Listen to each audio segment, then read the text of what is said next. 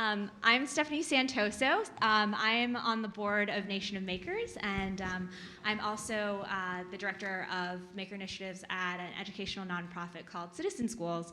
I'm super excited to be here with you all today for the second annual NOMCON in this beautiful city of creators, and then to also be joined by 4 wonderful mayors who are really interested in continuing to work with the maker communities locally, regionally, and nationally in support of really lifting up the maker movement and making sure that makers have great places and spaces to do the work that they're doing in their communities. Before we get started, I actually wanted to invite up another individual who's been really instrumental in building out the maker ecosystem here in Chattanooga, and that is City Councilman Erskine Ogilvie. He's actually the chair of the City Council, and we're really lucky to have him joining us today. Mayor Berke mentioned and was singing Erskine's praises earlier this morning, and so I wanted to just hand it off to him to set the tone for our conversation. So please join me in welcoming Erskine.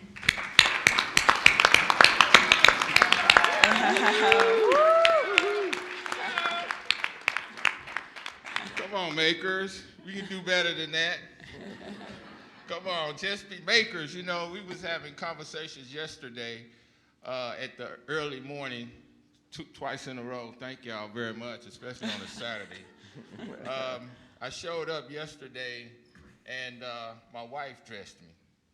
So it's okay. It's okay. So I had this really nice, matter of fact, it was the best blue suit I got in my closet, really nice tie. Those of you who was there yesterday can say, yeah, he was looking good. So by the time I saw everybody was sort of busy, casual, and laid back and relaxed, and I was like, oh, that's what makers is. So by the time I got to speak yesterday, I had my tie off, you know, and before I was introduced, they were saying, now you are a maker. But that's great. And first of all, I just want to thank y'all for being here in Chattanooga. You know, we're real grateful that you would have your second annual conference here, because that's what Chattanooga is all about. And in looking at what makers are about, your theme is power of network. And sometimes from somebody I'm not that really creative, abstract people, but I think I will be that way by 10 o'clock, so thank you very much. You know, sometimes when you think the power of network is like this computer-oriented thing, really technical thing, but the power of the network is really our ability to communicate with each other. And that's what makes this movement so important. For us to really do the things we need to do to create a better society is we got to be able to talk to each other. And one of the things when I was looking online about the NOMCON conference was the first thing it really alludes to is building relationships. And my challenge here today is before you leave to connect with at least 5 people that you didn't know before you got here and continue that flow of communication, because that's what's going to be so important. That flow of communication will start to link us together no matter where we are in this great nation of ours. And that's what's so powerful. So I'm really thankful and grateful y'all being here. I really appreciate the committee and these mayors for being here sharing what they do, because this is just the beginning of how we're going to change society.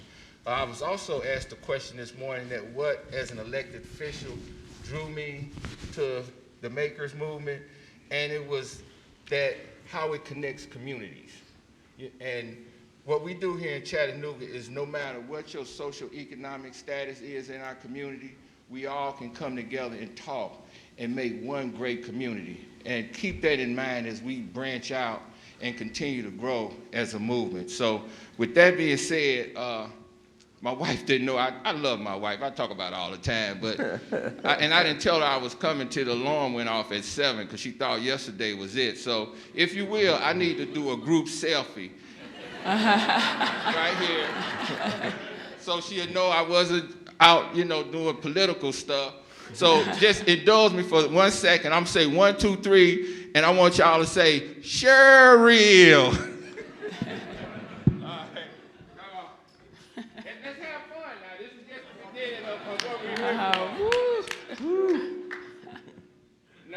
grandson here to figure out how to work this thing. Oh, perfect. Okay. All right. Oh, okay. 1, 2, 3. Merrill. All right. Now one more time. NOMCON. All right. Wait a minute. This is a maker's thing, not a math thing, okay? All right. 1, 2, 3. NOMCON. Thank you very much. Woo-hoo.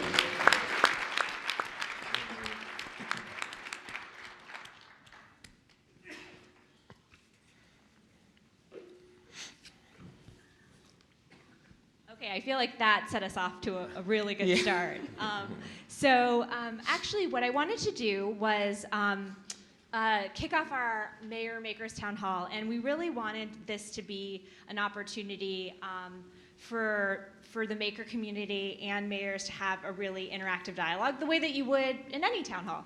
So we are structuring it just like that. So what we're going to do is have each of the mayors introduce themselves and give about 2 to 3 minutes of an overview about some of the work that they're doing in their communities. And then we actually crowdsourced in advance questions from you all, from the community, about what you'd like to hear the mayors talk about. Burning questions that you have around the intersection of the way that local government and city leaders and policy can play a role in helping to move the maker movement forward, support makers locally. And so we'll ask the mayor some of those questions, and they'll have a chance to respond, but then we'll turn it over to you all. So what we actually want to do is to create that dialogue. So the mayors have their own questions that they want to ask you. They're here because they want to learn more about how they can continue to collaborate. So we'll have a mic, so they'll ask, each of them will ask a question or two, and then you all have an opportunity to respond. So put your thinking hats on, and hopefully you're caffeinated. I just wanted to start off by mentioning that the mayors that are here today are Mayor Marita Garrett from Wilkinsburg, Pennsylvania.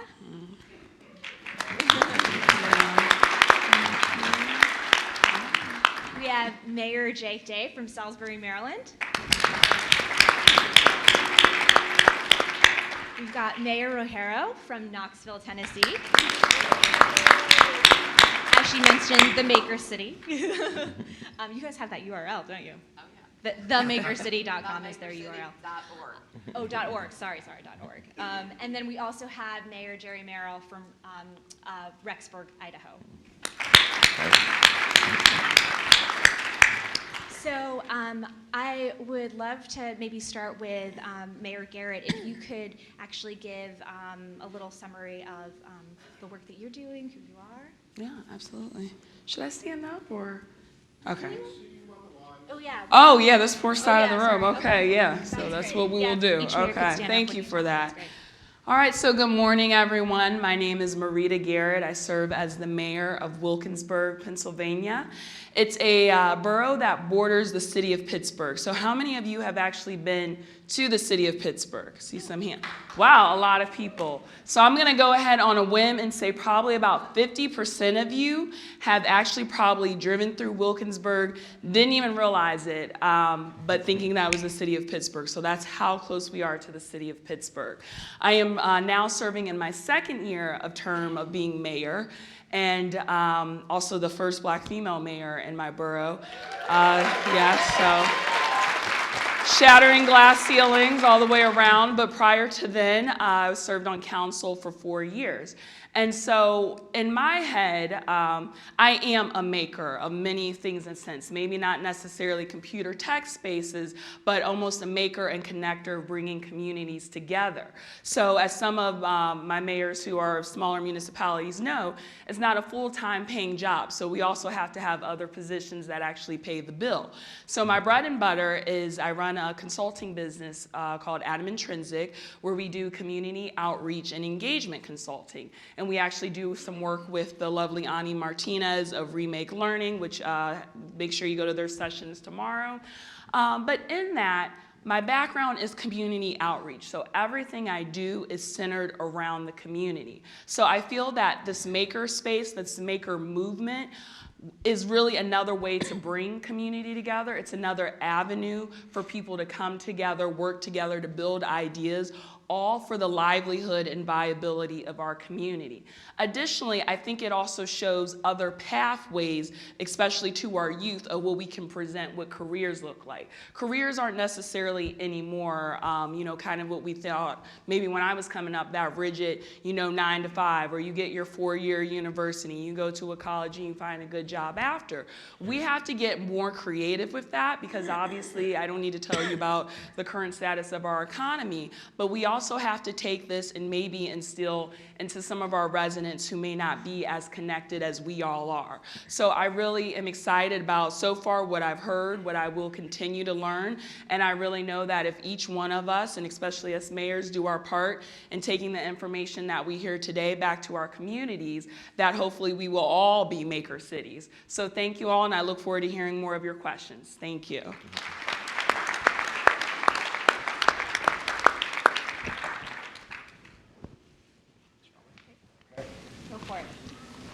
Good morning. Morning. Yeah. Good. Good morning. My name is Jake Day. I'm from Salisbury, Maryland. I have been mayor of Salisbury for the last 4 years. And for those of you who don't know where Salisbury is, do we know where the Chesapeake Bay is? Yeah. Just east of that. Just east of that. So at times we get called a chicken city. Purdue Farms is headquartered there. We get called a crab city. We like to pick our crabs. Never been accused of being a maker city, but we're on our way. So Salisbury is an interesting little city. City of about 35,000, metro area of about 415,000. And we're Maryland's fastest growing city, the 7th fastest growing job market in America. We have a plummeting median age. Young people are moving to our city at a rapid clip. Our median age drops about 0.3 of a year every year, and it's currently at 27.2. And so, we have a number of challenges. But first and foremost is connecting those people arriving into our city to the jobs that are available. And we thought we were doing a good job solving that. And it turns out maybe we're solving problems we didn't realize we had. We have launched a variety of programs to support entrepreneurs. We have the second longest running business plan competition in the country at Salisbury University. We're building a $7 million, 35,000 square foot entrepreneur center in our downtown in partnership with our university. And we have the only maker space on a 5,400 square mile peninsula. That said, we have a lot of manufacturing jobs available and nobody wants to do them. They're hard work.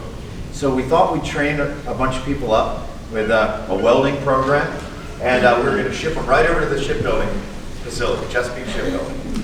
And it turns out, as they walked across that stage, not only did they have job opportunities available, but they also had skills that allowed them to write their own ticket. They had explored and tinkered and tampered with something. They had tangible, real-life skills like every single one of you in this room knows and has yourself. And all of a sudden, they were creating their own companies. They were becoming artists. They were building sculptures in our city that now sit on our riverwalk out of steel, so they're too heavy to move, so that we're stuck with them. But we learned again that we had a deficit in the mechanisms to unleash the creativity that existed. And by empowering people with a few tools, a few skills, we learned that, again, we had unlimited potential that we had no idea was right under the surface. Sometimes all you need is a spark. So thank you all. I'm excited to be here with you and looking forward to the rest of this conversation.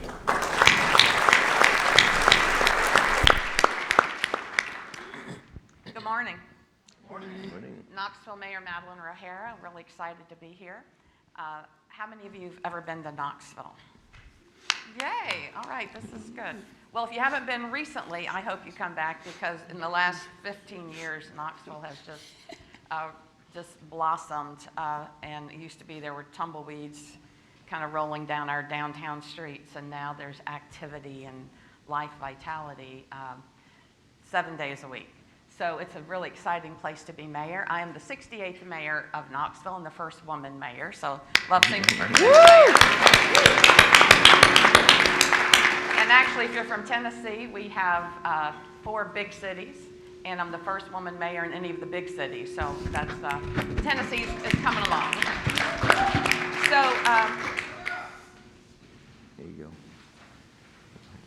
all right, see if this works, okay.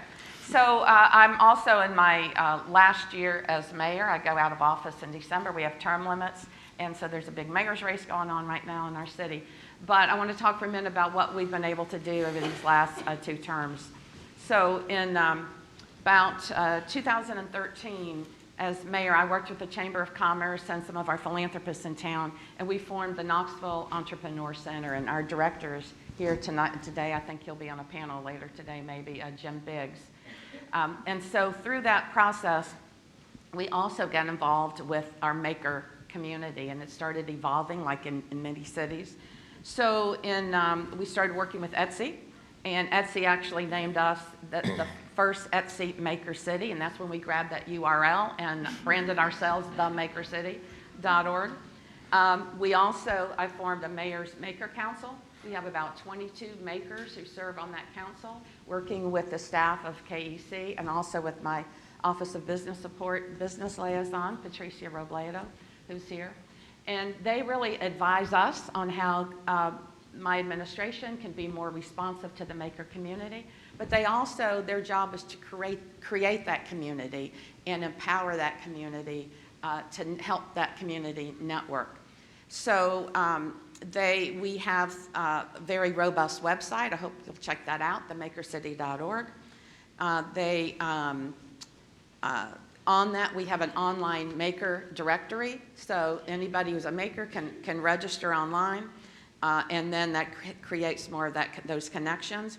We work with the media community, with media outlets, both print and broadcast, to highlight not only the maker community in general, but also to focus on individual makers so that their story can be told. We host bi-monthly meetups, and so where people can come together, not just to connect, but also to learn, to do their making better. We have an annual Maker City Summit, and we invite you all to come September 8th, I think the date is, Sunday, September 8th. There will be hundreds of makers from Knoxville who come together from I think 10 a.m. to 4 p.m. To connect and to learn. We have also a luncheons series, Make, Learn, and Grow, where folks come and learn about making and again connect. Blog posts, an email newsletter. We also, and we'll talk about this I think through the questions, but we're also looking at our zoning laws proactively, and we also have a maker space, a city-owned building that we're hoping to turn into a maker space, and I'll talk about more of that later. But those are some of the things that we are doing to try and empower our maker community to flourish. Thank you.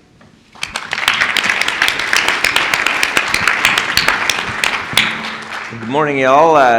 I'm sitting back here thinking, man, it's hard to focus on what's being said because there's a guy with a blinking hat back there and the giraffe tricycle over here and lots of bright hair and things, so I'm just taking this all in. But no, I'm Jerry Merrill from Rexburg. How many of you been to Idaho? Rexburg, Idaho.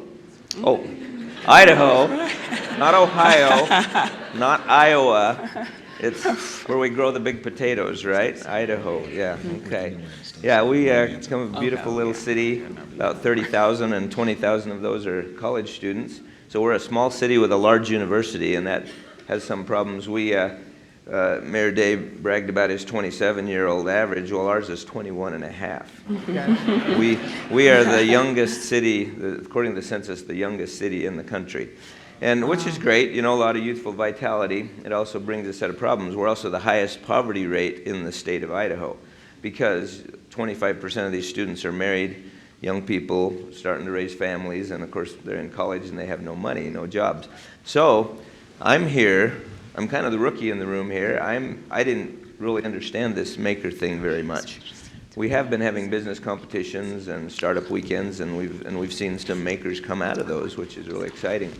But I went to a conference in Kansas City last month, and the gal from Etsy gives me a report that says Rexburg, Idaho, the leading city in the whole western region for Etsy sellers. I'm like, really? That's awesome.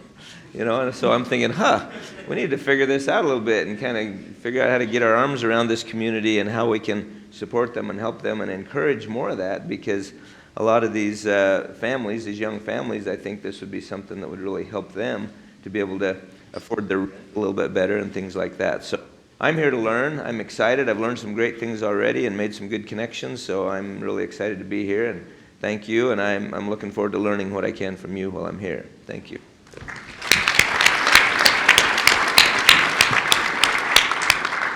Thank you so much to each of you for sharing more about your communities and about your work. And I think what the mayors have shared already is really reflective of the ways that as city leaders, the things that they're doing are very specific to the needs of their community and their constituents, which I think is really powerful and what we love to see. And so what we, if you remember, did was we crowdsourced questions from you all. So these are actual questions that you want to ask the mayors and you're curious about. So the first one that I'm going to kick off with is just quite simply, what does making mean to you? And Jake, do you want to kick us off? Sure. Ooh. Is there an audio guy here? That's really loud. No, where is he? Yeah, okay. Yeah, where is he? This guy to the rescue. Oh, here he comes. It's an echo in the room.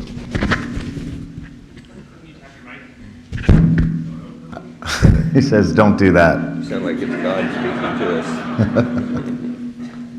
Makers are really good at improvising. Okay. Thanks. So, what does making mean to me? I think it means taking your future in your own hands, literally and figuratively. I mean, it means foregoing the passive and being willing and ultimately, and this is where you come in, able to shape the solutions to the challenges that we face every single day. So it's more than hobby. It's more than income production. It's changing the individual's future, and that's an incredibly exciting thing. And it's also something that, as civic leaders, that we're searching for around every corner.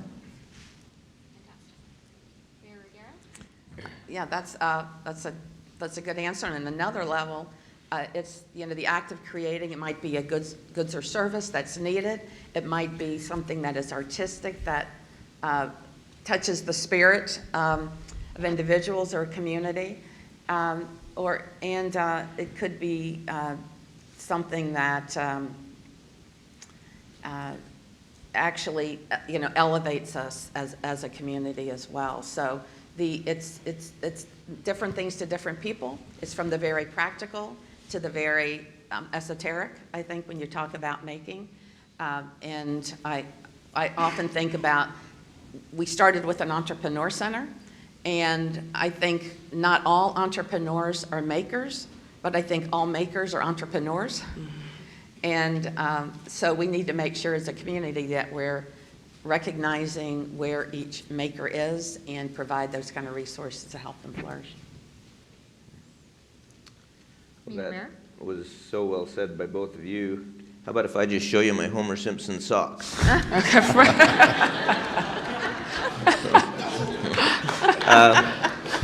No, I don't really have much to add to that, other than I liked Mayor Berke earlier said creativity is power, and I think that's really awesome. People can take power into their own hands and empower themselves in their lives, and I know people in our community definitely want that, so that's great.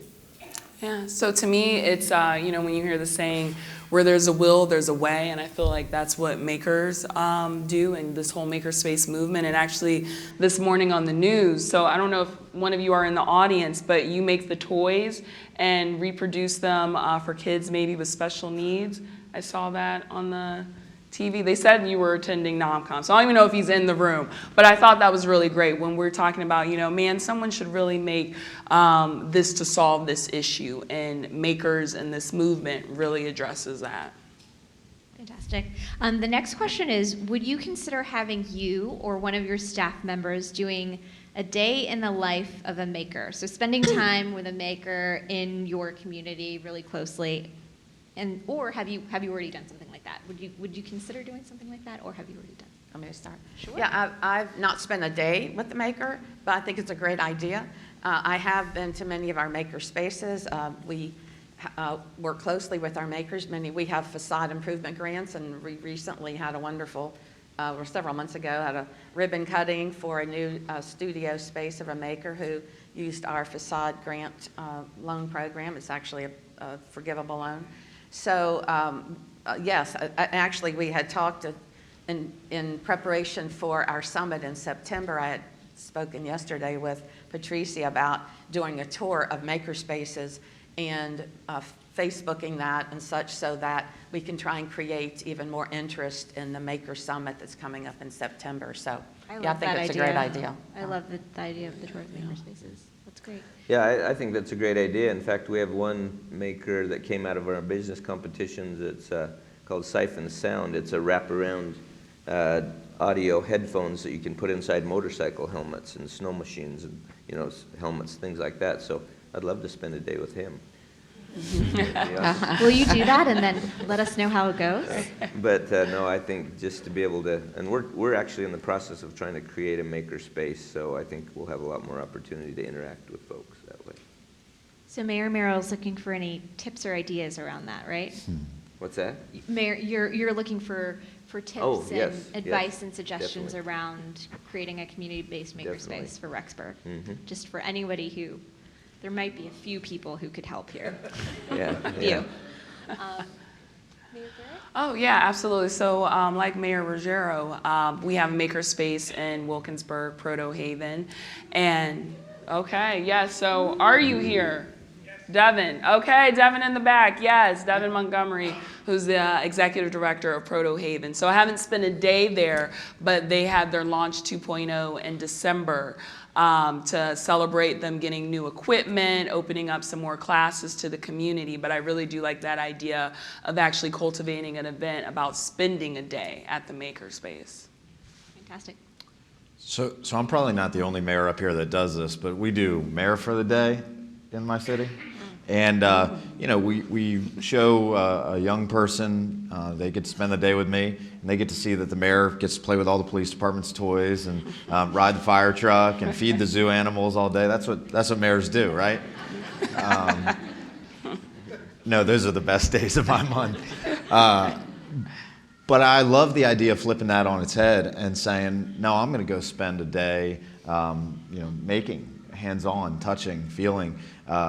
My background is in architecture, and the best days of my life were building models. And it was in the days before laser cutters, so you were doing it all.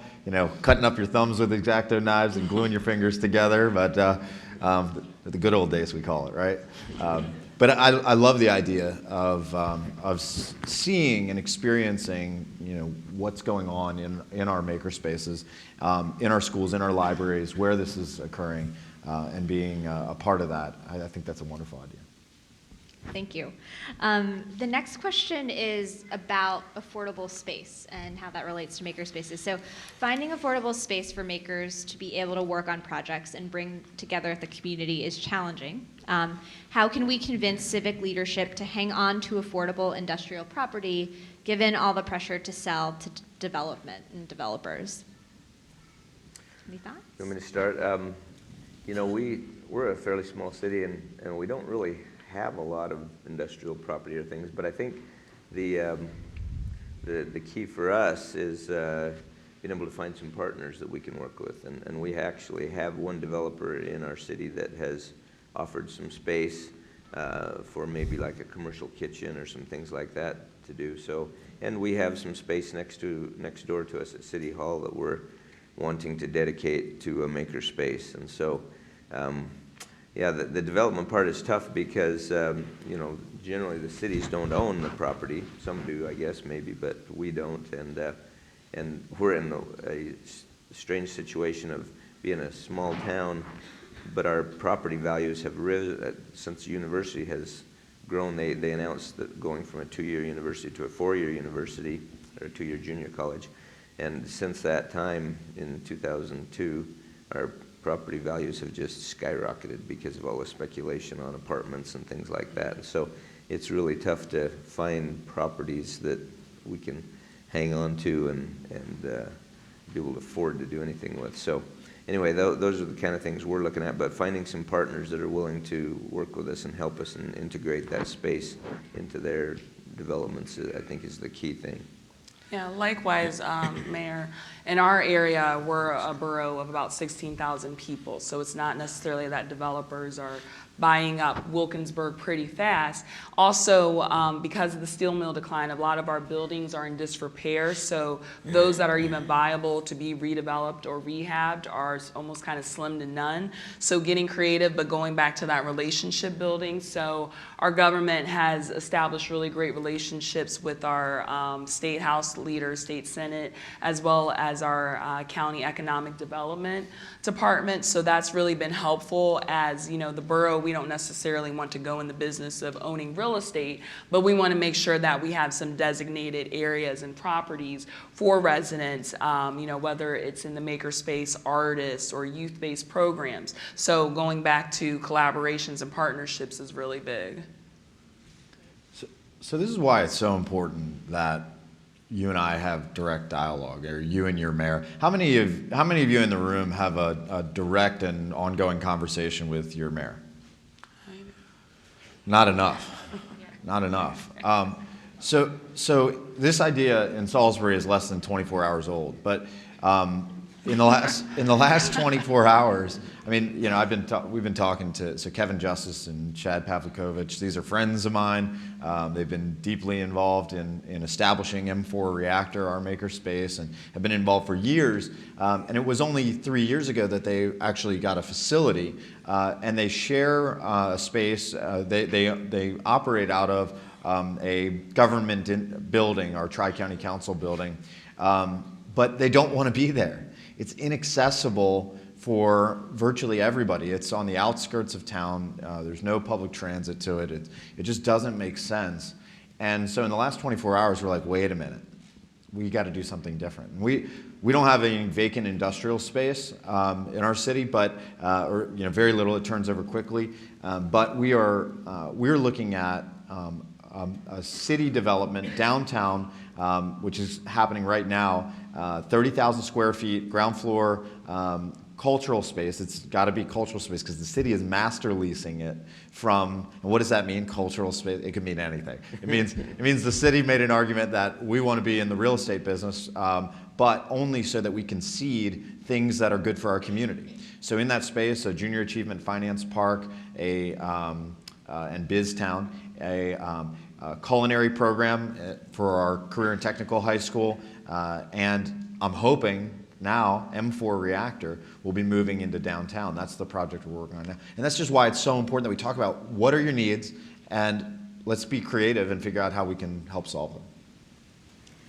So Knoxville's a little different than the other communities. We have a population of about 187,000 people. We have we own more buildings, I think, probably. Right now we have a building that our police department was in for a number of years for one of their programs. They moved out, so it's vacant. It's about 6,000 square feet, 2 stories, just on the edge of downtown, and kind of an industrial, commercial industrial area. So we decided, instead of just putting it on the market to the highest bidder, that we would do a request for proposals, which gives us more flexibility in how we dispose of the property. And it was promoted, we promoted it as a maker space, some type of maker space. So the first time we went out with the RFP, no response. I think a second time we went out, no response. So we changed, we kept trying to tweak the proposal. One of the things we did was we list the appraised value, which is more than most people can pay. But so we made it clear in this last RFP that we're not looking to get the appraised value. We're looking to get a space for makers. And so even then, right now we've got 2 proposers, and our committee is meeting on Monday to review them. So we hope to have a maker space with this, hopefully 3rd time's a charm, to get in a good space, and we will work with the developer and those makers to make it something that's reasonable and affordable.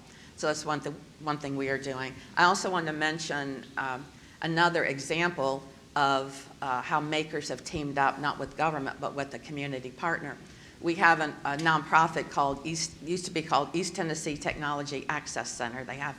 They call themselves Spark now. But their goal is to create basically adaptive technology to help people with disabilities. And so my friend is the director of that, and she had this big space that's larger than they actually need for their programming.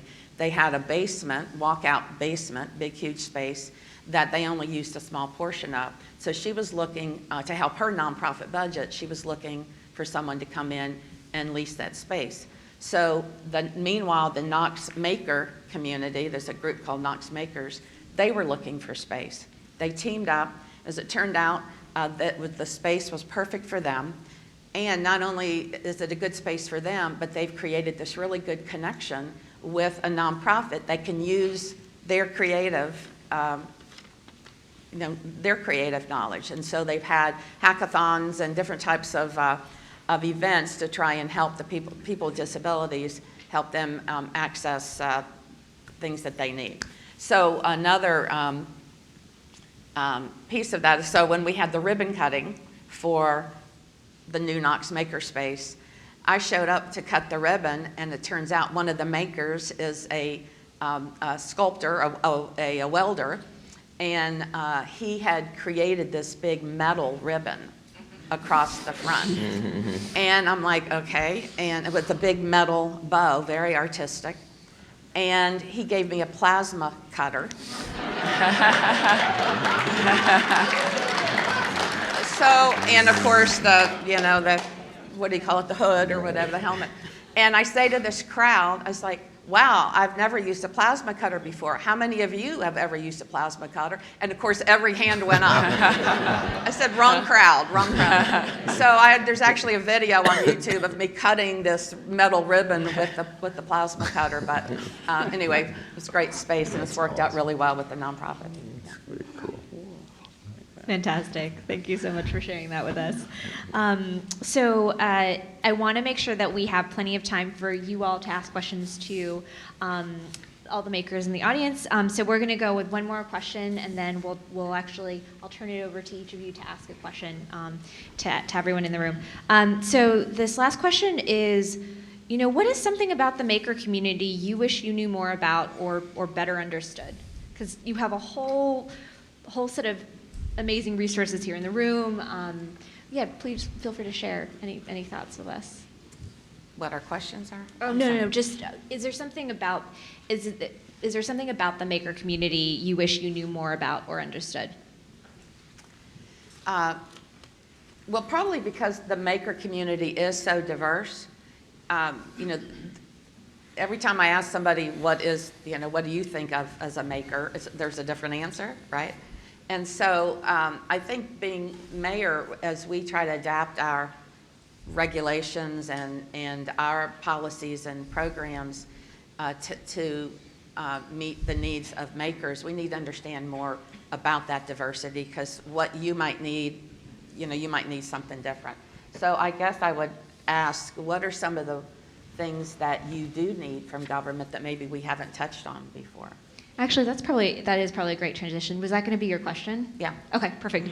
So what I'm going to do, that was basically a great transition. Okay, so what I'm going to do is, if somebody has an answer to that, raise your hand, and we can't get to everybody, but I'm in a roam with the mic. So who has their hand raised?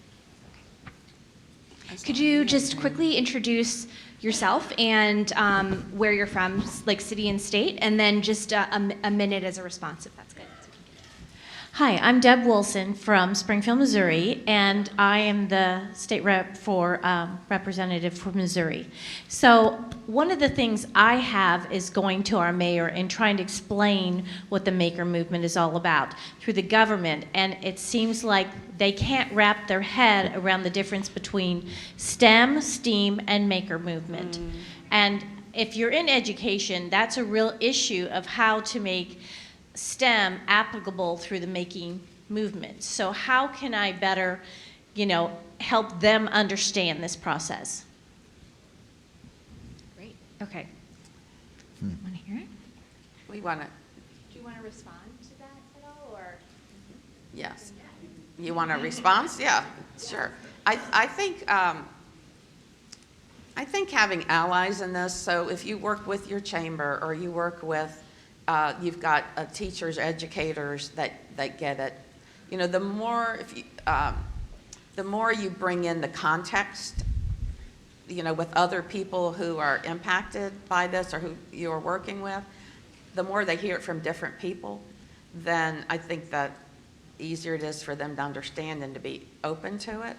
So allies are very important in this. Who influences their policies? Is there a council member? Is there a business person? I think that helps because as a mayor, there's so many demands, there's so many people who are trying to help you understand what the need is.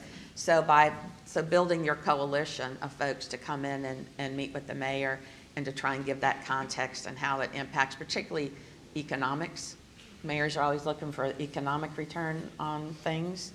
And we know this does have one, and so raising that as one of the issues I think would help. And if I could add to that, showing them. So that site visit, I really do like that, spending time with the maker for a day. There's a kind of maker space in an adjacent neighborhood to Wilkinsburg in the city of Pittsburgh called Radiant Hall. And it's about 2.5 stories full of different maker artist space. And a lot of times, because we have a Google headquarters in Pittsburgh, when they bring people in, they bring them to that space to meet with all the different business owners and the makers. And seeing it live, talking with the owners, hearing their story, does more than anything else can, in my opinion. All right. Good morning. My name is Shirley Hicks. I'm with the Red Mountain Makers in Birmingham, Alabama. One of the things that we encountered when we first set up our makerspace was a lack of transparency in city and governance processes. In other words, what we had to do to get up and get going. So the one thing that I would say as municipal governments and also talking to your state government is looking at making that process more user-friendly, governance as a platform, so that we don't have to be going back and checking and talking to a lawyer to get something up and going necessarily right away, but that we can get all the incorporation paperwork done with a minimum of fuss and bother. Do you have any thoughts on that? I also want to make sure that each of the mayors have a chance to actually ask their question. So,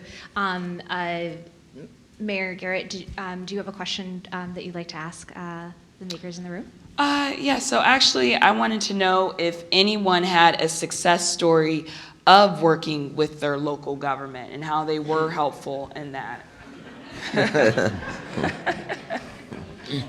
That's bad, that laughter. I know, right? I'm like, We're from the government, we're here to help.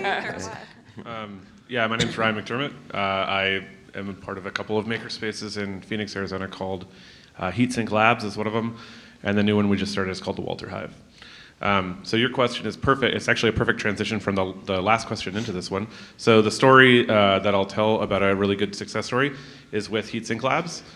We've been around since 2008 or 9. We're a really old makerspace. We used to call them hackerspaces, and we still call that one a hackerspace. But anyway, we moved into a new building, and it turned out that even though it was only a few doors up from our old one, it was about twice the size, the zoning on the building was different.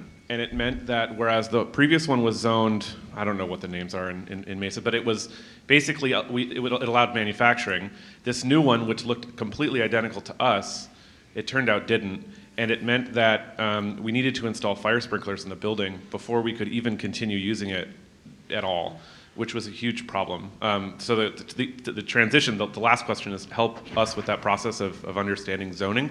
And the answer to your question of a really good success story, and a huge credit to the city of Mesa for helping us, they actually did a lot of work to help us find grants to cover, I think, the entire cost of, it was like $60,000 to install fire sprinklers, which is going to start, I think, in about a month for heat sinks. So they'll be up and running again, which is awesome. So that was a good success story. See, government can work. Thank you to the city of Mesa. Yeah. Anyone else have a success story? Okay, way in the back. I'm coming over because we should be fair to the people in the back.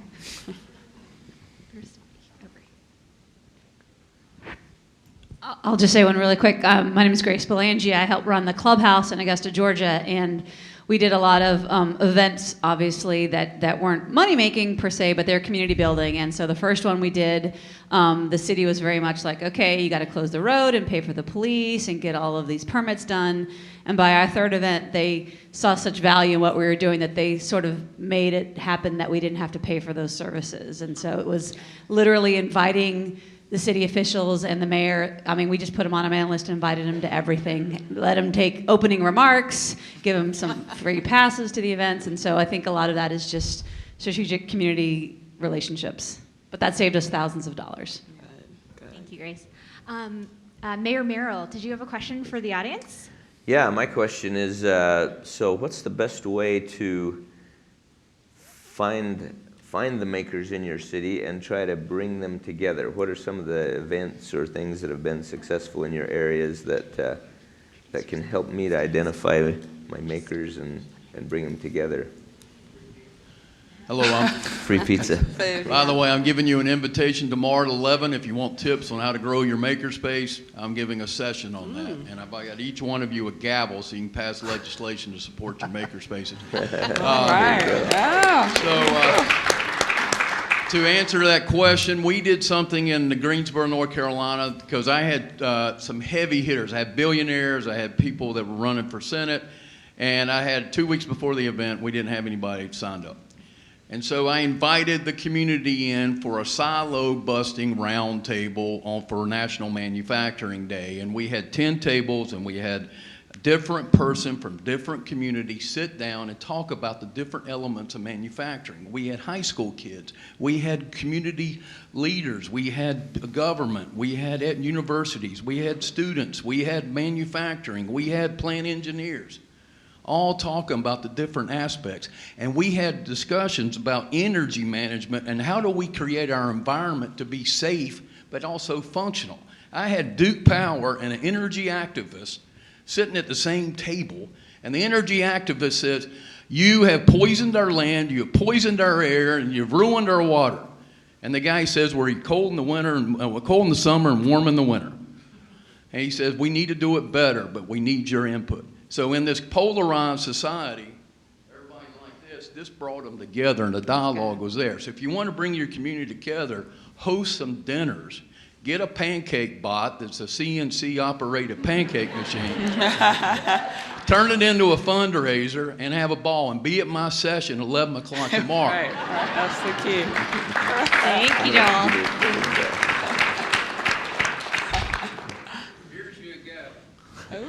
Joel. Joel, you didn't introduce yourself. Oh, by the Who way, are you? I'm Joel Leonard. I'm a troublemaker. Troublemaker. I'm from Asheboro, North Carolina, and I've traveled. I put a new set of tires on my car. I went 45,000 miles, went to 35 makerspaces. M4 is awesome. Nice. I haven't been to Protahave, but I have been to Pittsburgh. It's awesome. Okay. I want to go see you. Knox Makers is making some wonderful toys, and they're wonderful folks. James, are you here? James Broyles need to be here. But anyway, thank you all. Thanks, Joel. Thank you. Come to my session, all right? 11 a.m. Yeah. All right. Thank you. That was great. Mayor Day, question for the audience. I'm still on this guy and Homer Simpson's socks. I mean, we've got time after this session. I think a few of the mayors are going to stick around. I Yeah. think But would love Well, your... look, can I just can I share a thought and then? Yeah. Because one of the things that's occurring to me here is that, you know, if we're not talking to each other, if we're not talking to our mayors and our leaders yet, you know, we need to make sure we know how to speak the same language. And so if I could just offer this, you know, I know we think and we often experience that government is slow and bumbling and can't get out of the way. But I would say that more than in any other office in America, in the mayor's office, you will find someone who can cut through the BS, who can make things happen, who can be creative and can be your partner. It doesn't mean you're always going to find that. Not everybody's a Mesa mayor, but you know, but frequently you can find that. And so, if you approach with that mindset and encourage them to be that for you, I think you'll find in many cities you got a real asset. But let me say this. You know, frequently we hear the mantra in this world of you know, don't bring somebody a problem. I would also encourage you, don't just bring an idea. Bring a solution and be ready to implement it. When it comes to partnering with cities, as Mayor Rogero said, you know, your mayor is going to be distracted and have 500 things going on at the same time, pulling them in every different direction, different constituencies, going to feel like they're out of money, out of time, and out of people willing to help. So if you can bring any of those things to the table, it will help your mayor. And then my question. So how many cyclists do we have in the room? Okay, a couple. In the biking community, especially in the design of bike facilities, so protected bike lanes, demarcated lanes, sharrows, et cetera, we think of cyclists in a couple categories. They're the enthusiasts who will literally ride anywhere, including down the middle of an interstate. There's the people who will never touch a bicycle and don't like anybody that rides a bicycle. And believe me, that both groups are out there. And then like 80% of the world is the interested but concerned. You know, I need it to work this way. I don't know if I can. I need this, I need that, but I'm interested. And we've learned that if we design the facilities right, the interested but concerned get out of their car and get on a bike and use the facilities. How have you engaged the interested but concerned in the world of makers? Okay, hand raised here. Introduce yourself. City and state. I'm Demetrius Norman from Shreveport, Louisiana. We're a startup makerspace, probably about 2-3 years strong.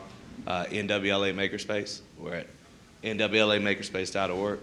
It's an interesting journey for us because, I mean, Louisiana's kind of a tech desert. Like, we're still fighting a fight to get to Chattanooga with high-speed internet and everything. Fortunately, we had a mayor come in who ran on a technology and smart cities campaign. I was fortunate enough to serve on the transition committee.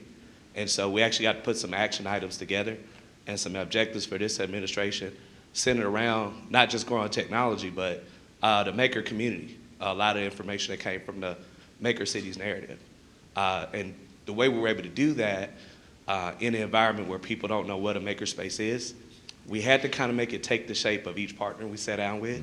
To the schools, it had to be just something for the schools.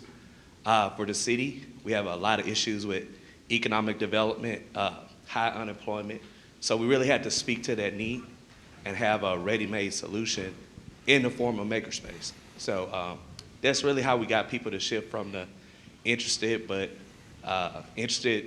but not involved but concerned. People became promoters because, like, right now we have several workforce development groups. Some of the problems they have is that they have IT jobs, they have software jobs that even the Goodwill Job Center has. They have no idea about how to train people for them. They have no idea how to place those jobs, how the interviews work. So us being subject matter experts that have worked in those fields, we're able to just kind of bust through that red tape, get people connected to the jobs. So to them, this is our jobs engine.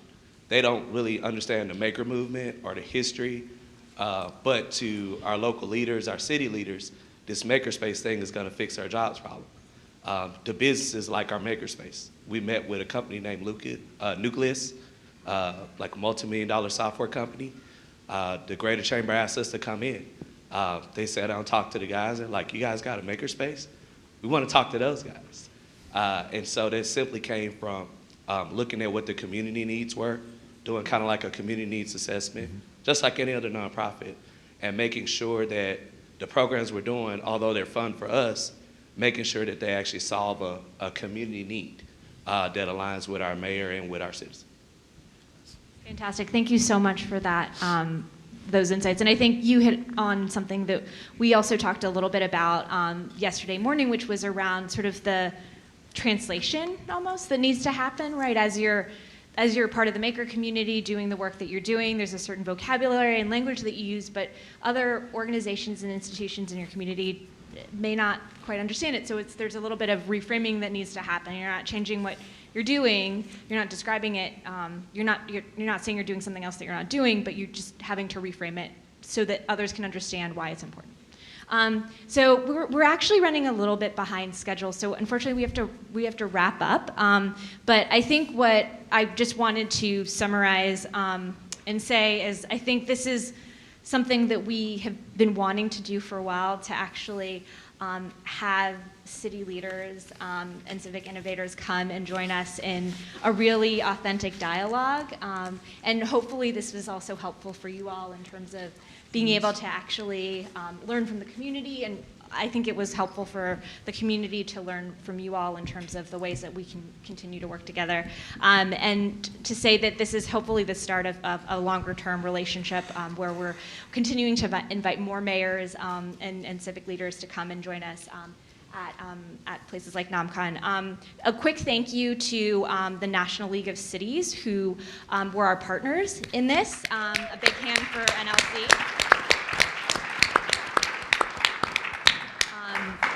They were really excited about the idea of doing this, the Maker Mayors Collaboratory, and then having this Maker Town Hall. And then just to please join me in a big round of applause for the mayors who joined us today.